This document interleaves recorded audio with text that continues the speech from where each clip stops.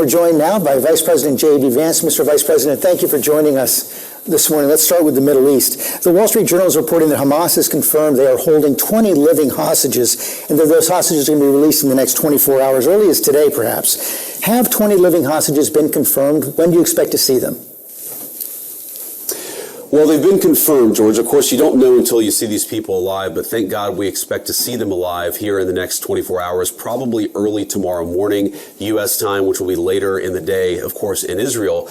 But look, George, we have to remember this is a remarkable achievement from an administration that really chose a non-conventional path to diplomacy. And I think that's the major takeaway. The President of the United States instructed Marco Rubio, Jared Kushner, Steve Witkoff. He said, get a deal done. Talk to the Gulf Arab states. Talk to Israel, find where there's common ground here, and actually let's go and find a way to get it done. And because of that, we're on the cusp of true peace in the Middle East, really for the first time in my lifetime. Certainly, these 20 hostages are going to come home to their families, George. I think this is a great moment for our country. Our country should be proud of our diplomats who made this happen. It's really a great moment for the world, too, which is why the president's going to go over there and celebrate with these hostages. But it's a great thing, and I'm very excited about it. 200 U.S. troops are being sent to Israel to monitor the agreement. What exactly will they be doing? Will they actually go into Gaza? And are you concerned they could get caught in some crossfire?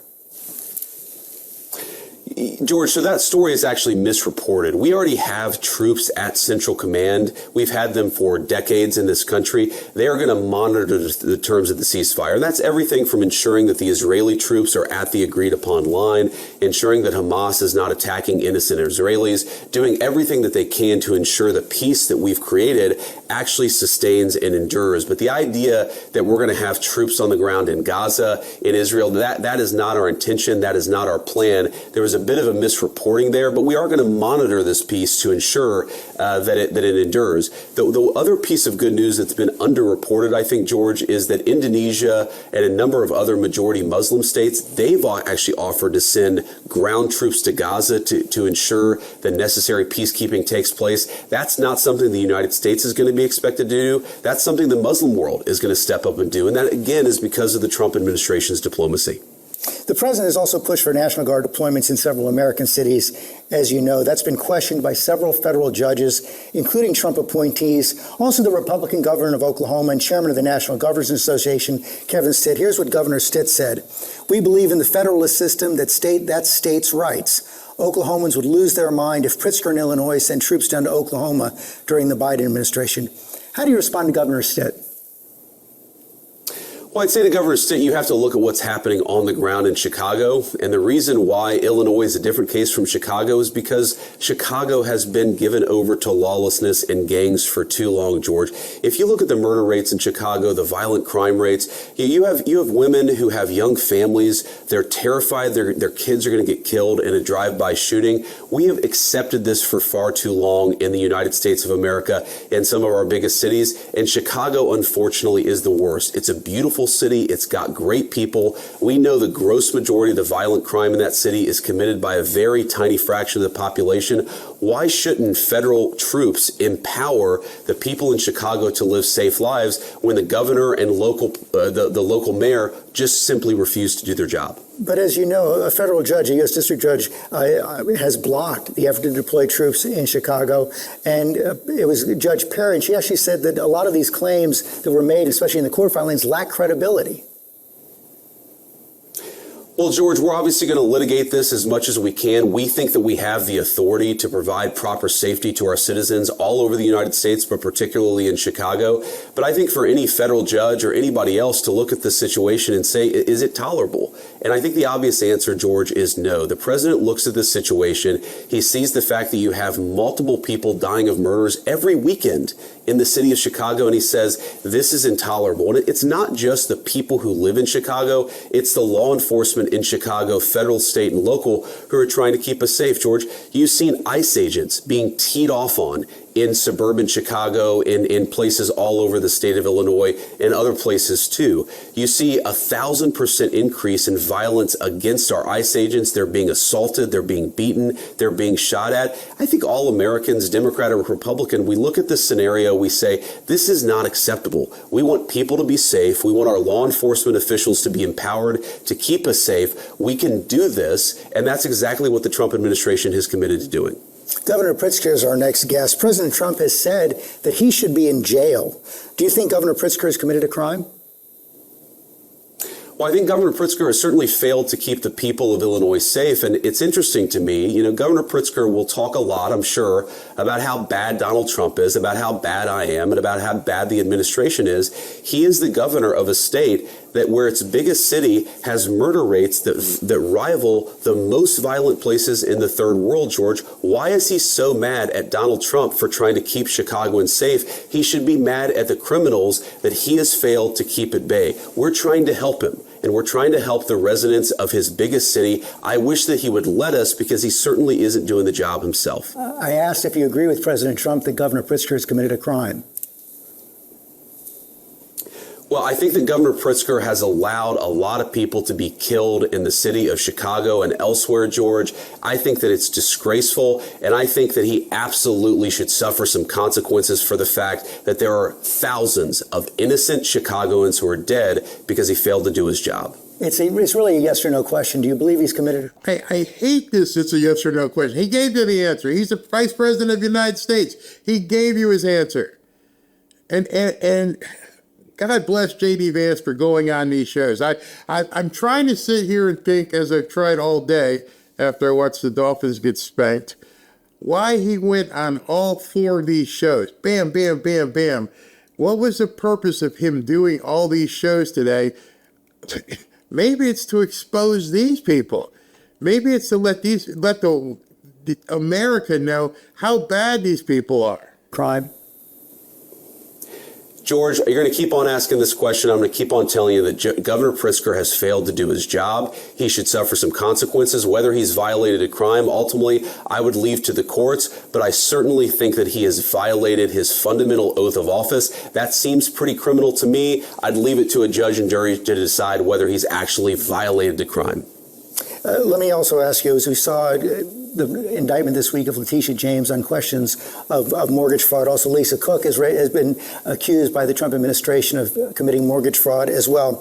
The journalism outlet ProPublica has actually published a story, and I want to show it up on the screen right now, that says that several members of the Trump administration have faced similar questions. Labor Secretary Lori Chavez DeRemer entered into 2 primary residence mortgages in quick succession.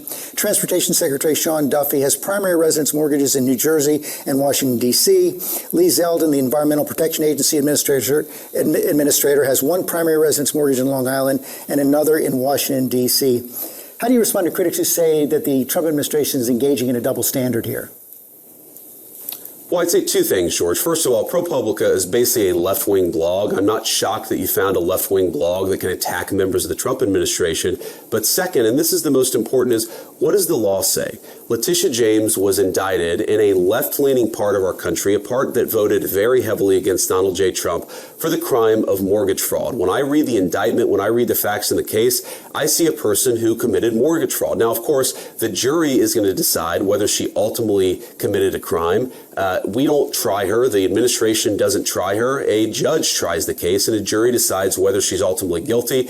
That is what is going to determine whether she goes to prison. I think we let the facts drive this. And, George, that's what we've tried to do in the administration's Department of Justice. We've asked ourselves, has a person violated the law? And if that person has violated the law, then we decide to prosecute him. That's what the Department of Justice should do. It didn't do that under Joe Biden's administration. It does under Donald Trump's. On the facts, do you dispute the facts that ProPublica reported?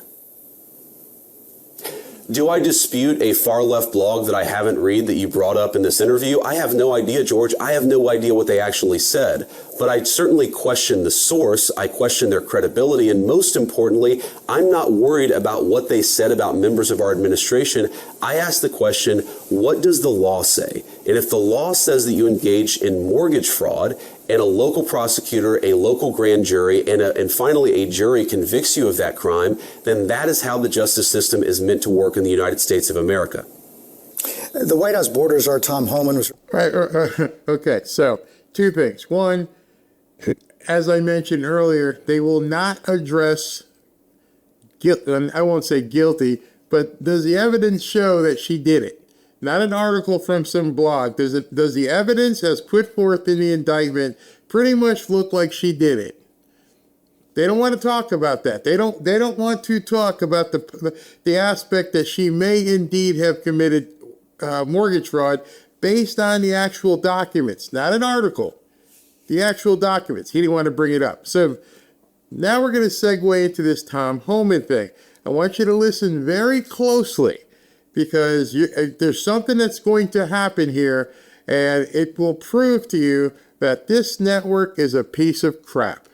That ABC News should be absolutely ashamed of themselves. And you will also see that this network is trying to gaslight America in real time. Recorded on an FBI surveillance tape in September 2024, accepting $50,000 in cash. Did he keep that money or give it back? George, you've covered the story ad nauseum. Tom Homan did not take a bribe. It's a ridiculous smear. And the reason you guys are going after Tom Homan so aggressively is because he's doing the job of enforcing the law.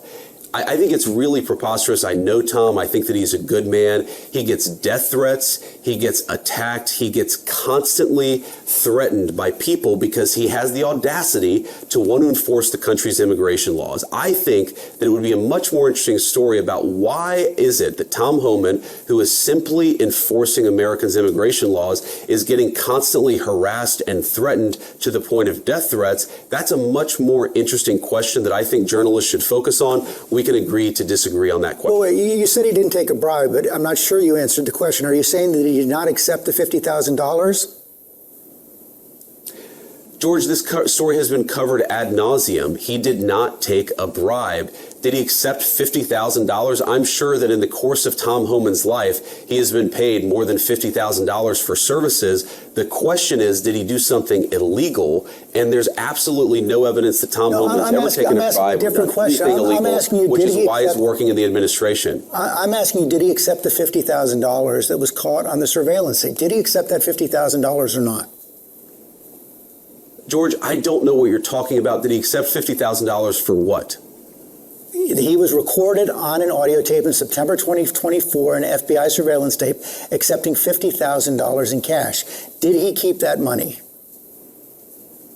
Accepting $50,000 for doing what, George? I'm not even sure I understand the question. Is it illegal to take a payment for doing services? The FBI has not prosecuted him. I've never seen any evidence that he's engaged in criminal wrongdoing. Nobody has accused Tom of violating a crime, even the far left media like yourself. So I'm actually not sure what the precise question is.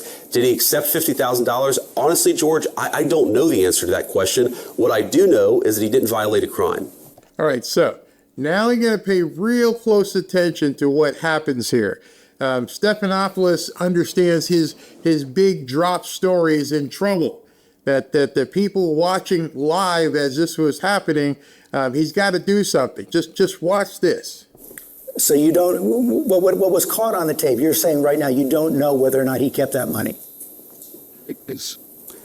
I don't know what tape you're referring to, George. I saw media reports that Tom Homan accepted a bribe. There's no evidence of that. And here's, George, why fewer and fewer people watch your program and why you're losing credibility. Because you're talking for now 5 minutes with the Vice President of the United States about this story regarding Tom Homan, a story that I've read about, but I don't even know the video that you're talking about. Meanwhile, low-income women can't get food because the Democrats and Chuck Schumer have shut down the government. Right now, we're trying to figure out how to pay our troops because Chuck Schumer has shut down the government. You are focused on a bogus story. You're insinuating criminal wrongdoing against a guy who has done nothing wrong instead of focusing on the fact that our country is struggling because our government's shut down. Let's talk about the real issues, George. I think the American people would benefit much more from that than from you going down some weird left-wing rabbit hole where the facts clearly show that Tom Homan didn't engage in any criminal wrongdoing.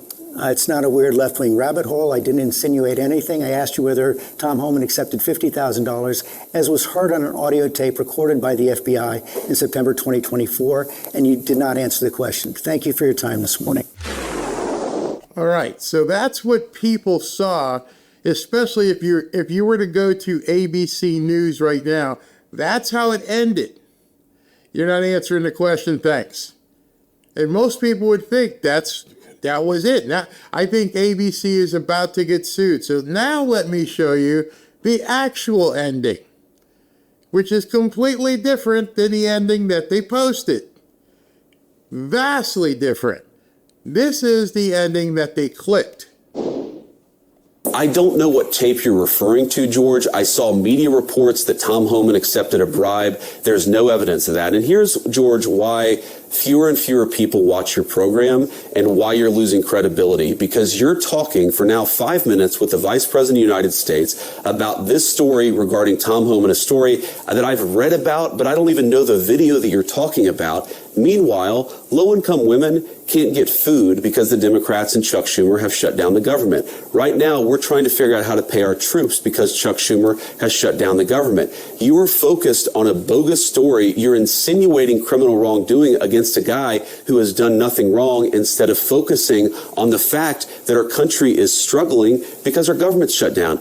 All right, wait for it. Here it comes. Here is the alternative ending that somehow got taken off of the broadcast. Let's talk about the real issues, George. I think the American people would benefit much more from that than from you going down some weird left-wing rabbit hole where the facts clearly show that Tom Homan didn't engage in any criminal wrongdoing.